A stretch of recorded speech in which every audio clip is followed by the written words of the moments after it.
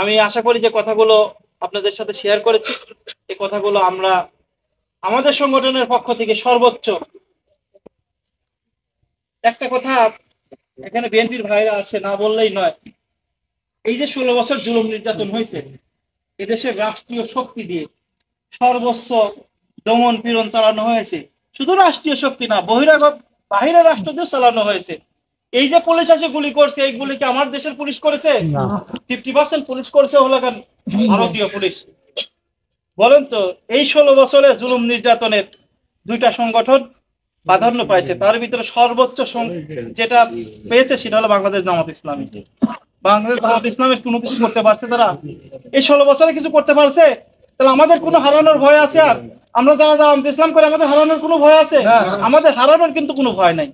আমাদের হারানোর কোনো ভয় আছে? আমাদের হারানোর কোনো ভয় নেই। এই জন্য আমাদেরকে এই সামান্য বিষয়কে ছোটভাবে চিন্তা ভাবনা করে দলীয় ত্যাগ দিয়ে আমাদের পর আঘাত আনবেন, এটা কিন্তু জামাত ইসলামকে যতটা দুর্বল মনে করছেন, 16 বছরে যত কিছু করতে পারে না এই মাটিতে, আর কোনোদিন করতেও পারবে না ইনশাআল্লাহ। ইনশাআল্লাহ সংগঠন আল্লাহকে ভয় করে, আল্লাহ তাদের সাথে আছে। এজন্য শক্তি দিয়ে কোনোদিন কারো কিছু জয় করা যায় না। শক্তি দিয়ে শুধু আপনি মাথাটাকে নোয়াতে পারেন, হৃদয় জয় করতে পারবেন না।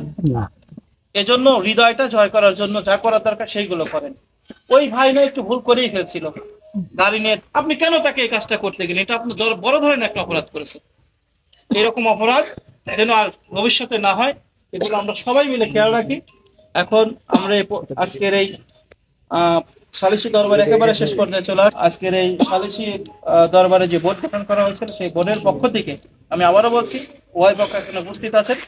আমাদের বড় ভাই ধুলাউড়ি কলেজের প্রভাষক ভাইকে আমি আজকের এই ভাই তো ঘোষণা দেবে। আচ্ছা, আমাদের সাবেক মেম্বার আমাদের নাজমুল হক বকুল, আমার ফ্রেন্ড, একসাথে আমরা পড়াশোনা করেছিলাম। ওই আজকের এই আমরা যে বোর্ড গঠন করেছিলাম, সেই বোর্ডের পক্ষ থেকে আজকের এই রায়টা ঘোষণা করছে।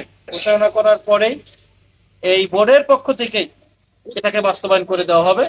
সেটা করে দিয়েই আমরা ইনশাআল্লাহ হাতে হাতে হাত রেখে মিল হয়ে এখান থেকে সবাই বিদায় নেব। জি, আসসালামু আলাইকুম।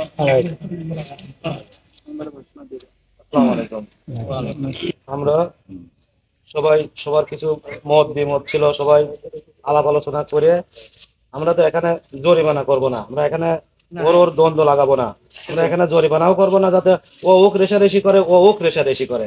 জরিমানা করলে পরে ও ভাববি যে শালা আমাকে তুই জরিমানা লিখি, ওই আরেকজন আবার কবি যে শালাক মারলে পরে কি হয়, জরিমানা দিলে কি হয়, এরকম মন মানসিকতাও রাখা যাবে না। সবার কাছে আমার অনুরোধ, আপনারা কেউ এই জিনিস নিয়ে বিশৃঙ্খলা সৃষ্টি করবেন না, আর এই জিনিস নিয়ে আপনারা পরে মারামারিও করবে যাবেন না। যে করবে তার কিন্তু কঠোর ব্যবস্থা করা হবে, যেই করুক।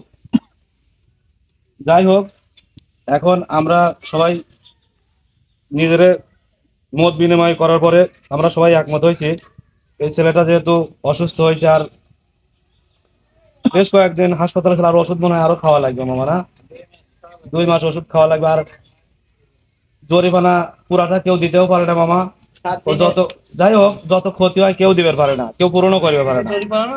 যাই হোক, ওষুধ 20,000 লাগলে কেউ কি দিবে পারে? 20,000 30,000, কিন্তু ও বসে থাকবি, প্রতিদিন একটা খরচ আছিল, এগুলো যদি ধরা যায় কেউ কি দিতে পারবে? কেউ দিতে পারবে না।